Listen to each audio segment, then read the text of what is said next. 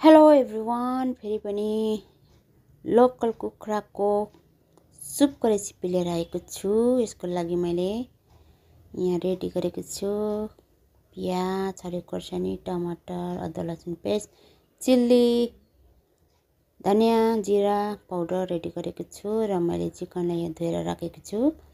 सर्वप्रथम मैले कराईलाई बसाइसकेको छु र यहाँ कराईमा म तेल हाल्ने छु र तेल अलिकति तातेपछि यसमा प्याज हाल्नेछु।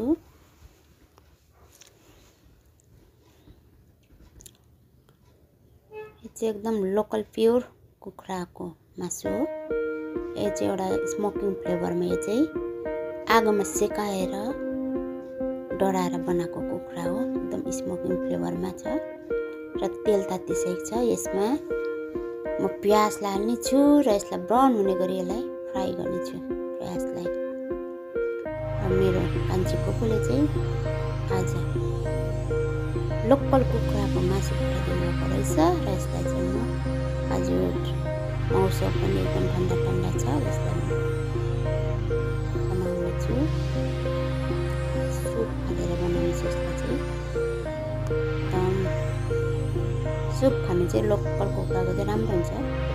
र हरियो खोर्सानी मैले हालिसकेको छु, काटेको हरियो खोर्सानी। यसलाई पकाएपछि पहिलोचोटि यो चिकन हाल्नेछु।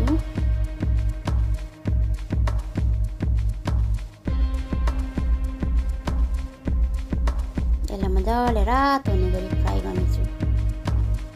यसलाई हर्दी हालेर चाहिँ मजाले फ्राई गर्नेछु। पहिल्यैबाट मसला हाल्ने छुइनँ, किनभने मसला हालेपछि चाहिँ डढिहाल्छ र यसलाई राम्रो पाक्नु सक्दैन र यसलाई मजाले फ्राई गर्नेछु। पहिलोचोटि चाहिँ कडा हुने गरी यसलाई फ्राई गर्नेछु। रातो रातो भएपछि चाहिँ मसलाहरू एड गर्नेछु।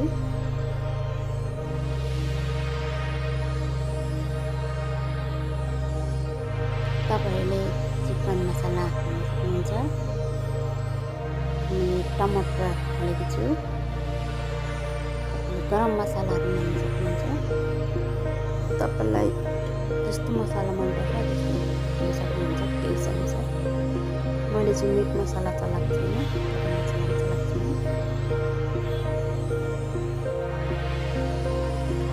नुन हाल्ने छु। अलिकति बेसी हाल्ने छु, किनभने पानी एड गर्ने छु। मैले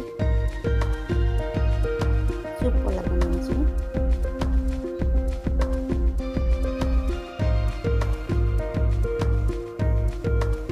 अदुवा लसुन पेस्ट हाल्ने छु र जिरा धनिया पाउडर, चिल्ली पाउडर यहाँ राखेको थिएँ, यसमा एड गर्ने छु। यसमा मैले 2टा तेजपत्ता पनि हालेको छु। मजाले चलाउने छु यो मसला पाक्ने गरी।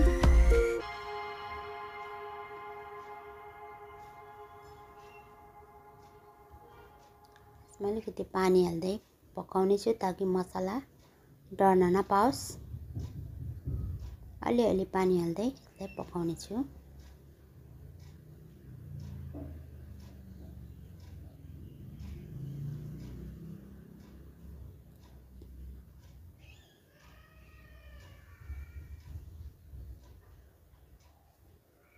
यसलाई सिम्पल सादा सुप बनाएर खानु पनि सक्नुहुन्छ तपाईँले।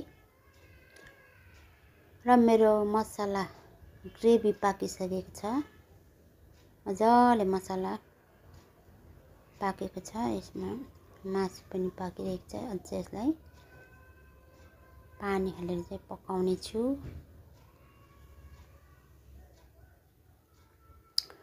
ल मेरो लोकल कुखुराको सुप रेडी भइसकेको छ। गरम गरम ठन्डा ठन्डा मौसममा गरम गरम लोकल कुखुराको सुप कस्तो लाग्यो लाइक कमेन्ट्स गरिदिनु नभुल्नु होला।